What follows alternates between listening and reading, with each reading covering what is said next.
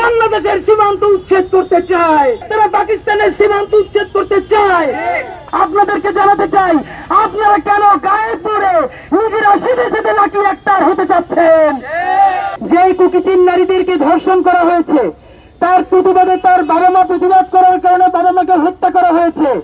সেই খ্রিস্টান কুকিচিন নারীদেরকে নিরাপদ করতে না পারলে এই ভারতের ম্যাপ আজীবন যে এরকম থাকবে এর কোনো গ্যারান্টি দেওয়া যায় না। বাংলাদেশের আপামর জনসাধারণ, যার 90% মুসলমানের বেশি, তারা আজকে এখানে দাঁড়িয়ে ভারতের আমাদের খ্রিস্টান ভাই বোনদের নিরাপত্তা কামনা করছি। আমরা ভারতের বৌদ্ধ ধর্মাবলম্বী ভাই বোনদের নিরাপত্তা কামনা করছি। আমরা হরিজন দলিত সম্প্রদায়ের ভাই বোনদের নিরাপত্তা কামনা করছি। তথাকথিত সুশীলীরা, লাকি আক্তারেরা বাংলাদেশের মত তৈরি করে বিচার ব্যবস্থা, প্রশাসন ব্যবস্থা, পুরো রাষ্ট্রকে ধ্বংস করে দিয়েছিল। ইনকিলাব মঞ্চের আহ্বানে বাংলাদেশের আপামর জনসাধারণ সাড়া দেয়, আমরা শাহবাগে শান্তিপূর্ণভাবে অবস্থান গ্রহণ করায়।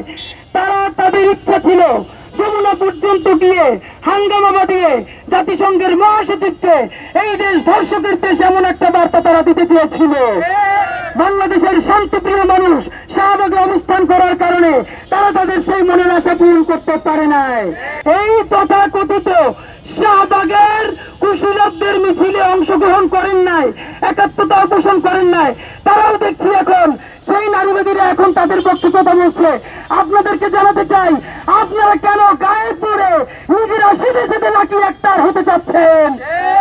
আপনারা কি বুঝেন না এই দেশের আপামর জনসাধারণ এই নাকিগঞ্জের এই সিবিবিদের ষড়যন্ত্র মুখে দিয়ে আর একটা জুলাই করেছে? সুতরাং কাদের উস্কানিতে, কাদের স্পন্সরশিপে আপনারা তাদের পক্ষ নিচ্ছেন সেটা কিন্তু বাংলাদেশের আপামর জনসাধারণ বোঝে। এইটা আপনাদেরকে শুধু একটা আন্তর্জাতিক মিডিয়ার হেডলাইন পড়ে শোনাতে চাই। ভাইরা আমার, ভারতের হোলির রং মাখার প্রতিবাদে মুসলিম এক ব্যক্তিকে পিটিয়ে হত্যা ও লুটপাটের ঘটনা জাতীয় মিডিয়া এসেছে। বিবিসি বলেছে, আপনাদেরকে জানাতে চাই, গতকালকে বলেছে, আজকে দুপুরের খবর যে ভারতের নাগপুরে কারফিউ জারি করা হয়েছে, কারণ আর সম্রাট আওরঙ্গজেবের কবর তারা উচ্ছেদ করতে চায়। আপনারা মনে রাখবেন, সেই বাবরি মসজিদ ভাঙা, সম্বলে মসজিদ ভাঙা, এই ঘটনাগুলো থেকে আওরঙ্গজেবের কবর উচ্ছেদ করা এই কোনটাই বিচ্ছিন্ন ঘটনা নয়।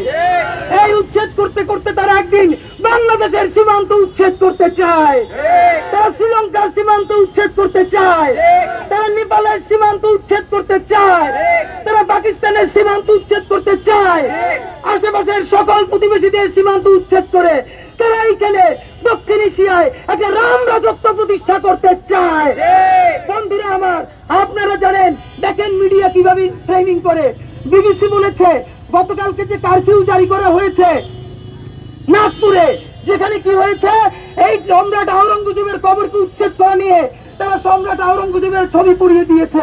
তারও আগে যদি বলি, তারা 500 কোটি টাকা স্পন্সর করে সিনেমা বানিয়ে প্রোপাগান্ডা করেছে, যেখানে সম্রাট আওরঙ্গজেবকে ইতিহাসের সব থেকে বাজে ভিলেন হিসেবে দেখানো হয়েছে। এখন তার ছবি পুরানো হয়েছে, এখন তার কবর উচ্ছেদ করার কথা বলা হয়।